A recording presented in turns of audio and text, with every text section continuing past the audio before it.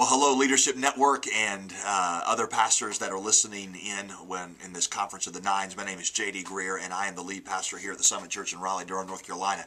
Our church is nestled right here amongst well over 100,000 college students. In fact, Forbes magazine has ranked this the #1 educational hub in America for many years in a row.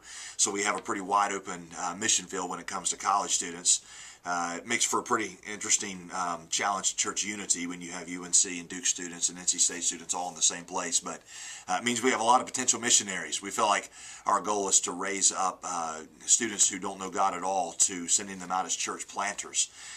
We feel like the mission that God has given us is to plant 1,000 churches in the next 40 years, and it means we got a lot of work to do.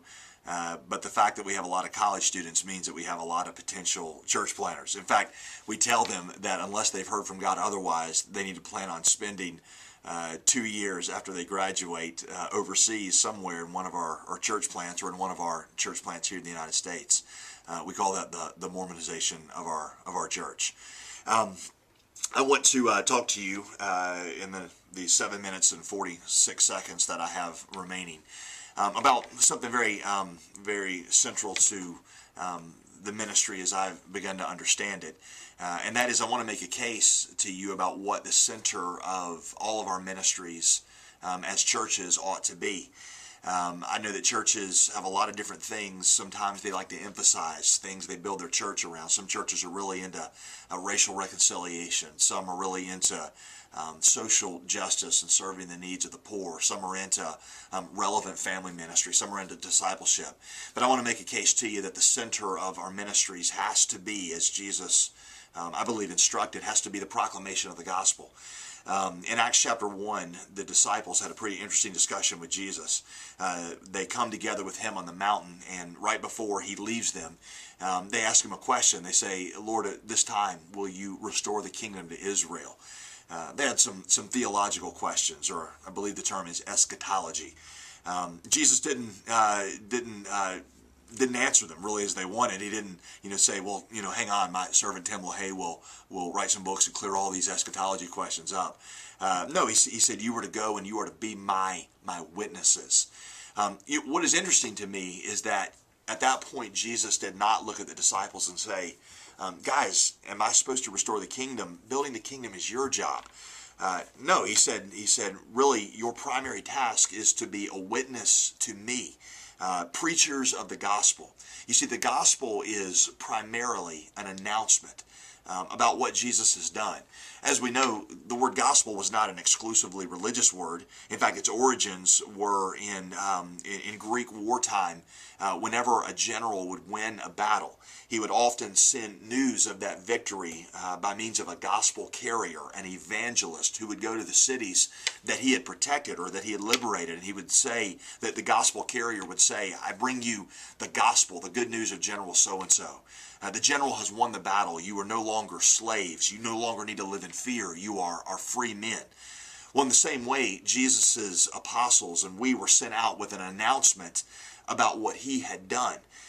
The gospel, the Greek gospel carriers were not giving an invitation to the people to come and join the battle, but declaring to them that the battle had already been won. In the same way, as we go out, our message is not primarily even for people to come and join the battle, but it is primarily to announce to them what Christ has done on their behalf. What I mean by all this is that we can never confuse the effects of the gospel, which is radical missional living, with the message of the gospel itself.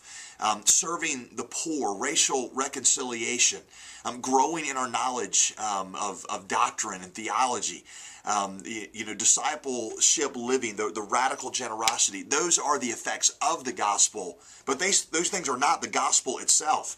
I mean, Galatians 3 is clear that racial reconciliation is the effect of understanding the gospel.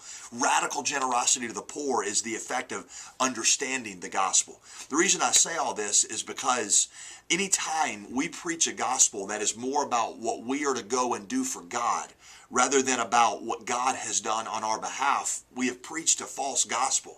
The gospel is the good news about what Jesus Christ has done on our behalf when he died in our place, substituted for us as sinners, and won our victory. And we are to spend our lives responding to that.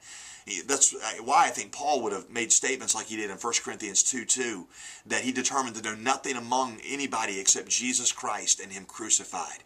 In everything that Paul taught, you see that whether he was talking about how to be a good husband in Ephesians 5, whether he was talking about racial reconciliation in Galatians 3, whether he was talking about how to live the Christian life in Romans 12, he ties all of it to understanding what Christ has done for us. And he says, in light of what God has done for you, in light of the fact that Jesus Christ, who is rich for our sake, became poor, then we ought to be generous, and this is how we ought to respond. So again, we can never confuse the effects of the gospel with the actual message of the gospel itself. Now, that said, see how long I have left. In the book of Acts, what you see is that anytime the gospel is preached, there are also signs that were given of the gospel. A sign was a physical demonstration, a tangible demonstration of what the message of the gospel, was. For example, when Jesus did signs, he not only did he preach the gospel of peace and sight, he also opened blind eyes. Now, Jesus' signs pointed back to the message. They were temporary signs. You know, every blind eye that Jesus ever healed went blind again one day. Right? Because everybody that he healed their blindness, they died. In the same way, the signs that we do in our community, they're in many ways temporary signs. The ghettos we rebuild will be ghettos again one day because we can't build the kingdom. We can give witness to the kingdom. We can give a sign of the kingdom. We are to, and the way I've heard it once said, is we are to sketch out in pencil what one day Jesus will paint with ink. But when we preach the gospel, we do these signs, not as ends in themselves, but as signifiers of the message. Our church really came to understand this when we were, I was teaching through the book of Acts, and I came to Acts 8, where it talked about Philip going into Samaria, and as a result of the works that he did and the message he preached, Acts 8:7 says there was much joy in the city. I asked our congregation, is there much joy in the city as a result of our being here? And I felt like the answer was no. Acts 9 says that Tabitha, a disciple named Tabitha, whose other name was Dorcas, and she probably should have stuck with Tabitha, by the way, but it says that when she died, the community gathered at her bedside and wept because of the good works that she had done for them. And I asked our church, I said, if the Summit Church died, would anybody in our city weep? And we felt like the answer was no. And we repented as a church and said we no longer want to just preach here. In addition to preaching, like the apostles, like Jesus, we want to give signs of this message. And so we approached many of the public schools and said, we're not trying to come in and pass out tracts or do choir specials or anything like that. We just want to come in and serve you. And we picked out the worst ranked school in all of Durham County and said, can we just serve you? And we painted their facilities, we renovated, we built a lot, we came in and helped tutor their kids, and we prayed over their end-of-year test. In the 4 years that we served them, they went from being the worst ranked school in Durham County to being the one that had the highest end-of-the-year exams passed. And that public school principal in the school newspaper said, we want to give credit where credit's due, and that is to the glory of God that was expressed to us through the Summit Church. There was joy in the city.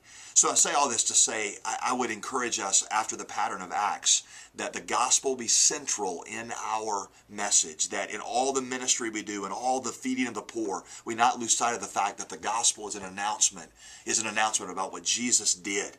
The gospel is not primarily about something we are to do for God, but an announcement about what he has done for us. And that we, whenever we preach the gospel, signify that by giving radical demonstrations of generosity and love in our community, so that our community would say, man, we may not believe what those people believe, but thank God they're here because they care for our poor. They love us. Without them, we'd have to raise our taxes. And I think therein we would adorn the gospel because, as has been said, I think by Francis Schaeffer, love is the most powerful apologetic for the gospel. Thank you.